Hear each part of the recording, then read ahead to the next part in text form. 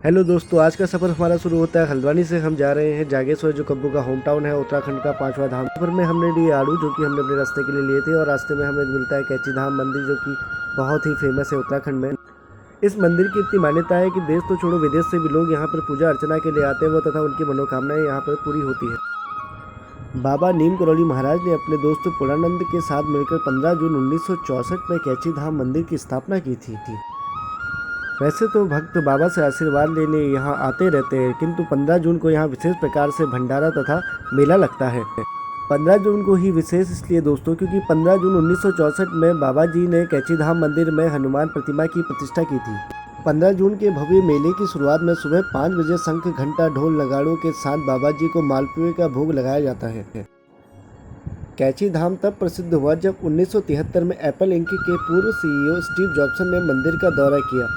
अपने करियर के तनावपूर्ण समय से गुजरते समय जॉब्सन एक ऐसी जगह की खोज में भारत आए थे जहां उन्हें अपने सवालों के जवाब मिल सके और जीवन का अंतिम सत्य यानी कि निर्वाण या मोक्ष की वो प्राप्ति कर सके। जी महाराज की कृपा हम पर और आप सब पर यूं ही बनी रहे। हमने महाराज जी को पद से ही प्रणाम किया और अपनी आगे की यात्रा प्रारंभ की। पहाड़ों का आगे का सफ़र शुरू करते हुए हमारा सामना होता है इन सुंदर रास्तों से, इन गधेरों से, इन पुलों से और इस खतरनाक भीड़ों से, जो कि बरसात के टाइम पर बहुत ही रौद्र रूप में रहते हैं। पर यहाँ का जो प्राकृतिक दृश्य है वो देखकर मन को इतनी शांति मिलती है कि मानो लगता है कि आप कुछ दिन के लिए अलग ही दुनिया में आ गए। अब इसकी सुंदरता के सामने तो हमारे शब्द ही छोटे पड़ जाते हैं कि हम इस पर इसकी सुंदरता की क्या तारीफ़ करें। वैसे तो दोस्तों हर किसी को अपनी मंजिल बहुत ही अच्छी लगती है, पर पहाड़ ही अगर आप जाते हो, पहाड़ में ही केवल एक ऐसी जगह है जहाँ जाते हुए आपको मंजिल से ज़्यादा रास्ते अच्छे लगने लगते हैं। तो आप रास्तों का ये व्यू देखिए तो लगता ही नहीं है कि आप 4 से 6 घंटे का सफ़र बैठे बैठे एक जगह कर रहे हैं, और बहुत ही सुकून मिलता है, सच मानिए दोस्तों।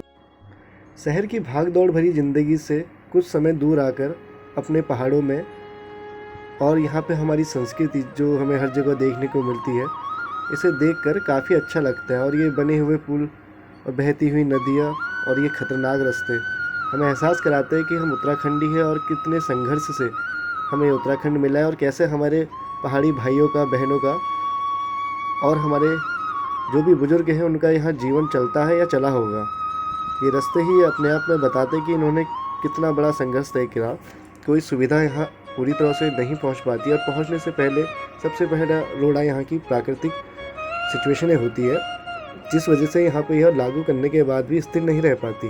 कहा जाता है दोस्तों, पहाड़ों का पानी और पहाड़ की जवानी कभी पहाड़ों के काम नहीं आई, क्योंकि पहाड़ देखने में जितने सुंदर, जितने मनोहर और जितने सुकून देने वाले हैं, पर अगर यहाँ पे स्थायी जीवन रहकर बिताना पड़े तो यहाँ के असल संघर्षों का पता चलता है, जिसमें प्रमुख है रोजगार, द्वितीय है स्वास्थ्य, तृतीय है शिक्षा और एक अच्छा जीवन।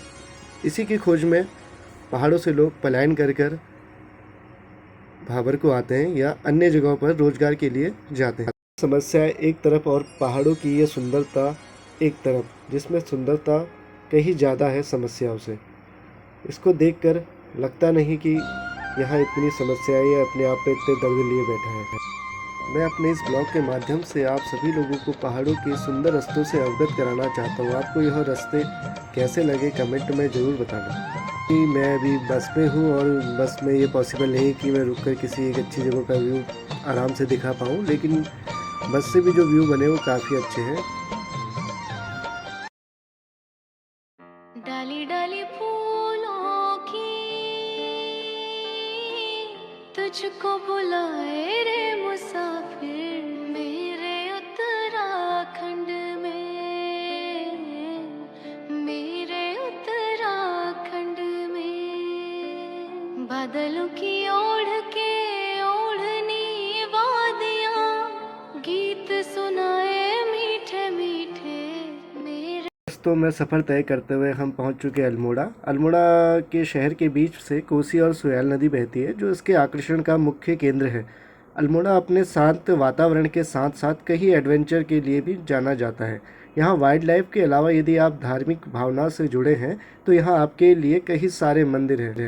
तो बहुत ही सुंदर अल्मोड़ा दोस्तों। अगर अल्मोड़ा और नैनीताल की तुलना की जाए तो बहुत ही मुश्किल होगा ये जवाब देना कि कौन इसमें सबसे बेहतर है। हालांकि आवास और भोजन के मामले में नैनीताल और अल्मोड़ा की बराबरी नहीं की जा सकती, क्योंकि नैनीताल एक बहुत बड़ा पर्यटक केंद्र है, लेकिन अल्मोड़ा में भी बहुत सारे विकल्प होंगे जिन्हें आवश्यकता है खोजने की। तो दगड़ियों यार, इसका सीधा जवाब यही होगा कि अगर आपको भीड़ भाड़ पसंद है तो आपके लिए नैनीताल अच्छा है, और अगर आप शांति प्रिय व्यक्ति है बिल्कुल मेरी तरह, तो आपके लिए अल्मोड़ा या जागेश्वर सबसे बेस्ट है। सफ़र तय करने के बाद हम लास्ट में पहुंच चुके हैं जागेश्वर, और जागेश्वर में पहुंचते ही आप मौसम देखिए, बस मौसम देख के बस एक ही चीज़ दिल से आती है।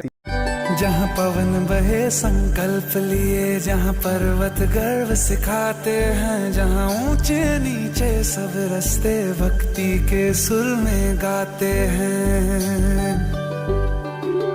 उस देव भूमि के ध्यान से मैं धन्य धन्य हो जाता हूँ, उस देव भूमि के ध्यान से मैं धन्य। 6-6.5 घंटे का सफ़र तय करने के बाद हम पहुंच चुके हैं जागेश्वर, जहां हमें लेने पापा जी आए हैं, और हम कल आपको दिखाएंगे जागेश्वर मंदिर और जागेश्वर का मेला। चलो बाय।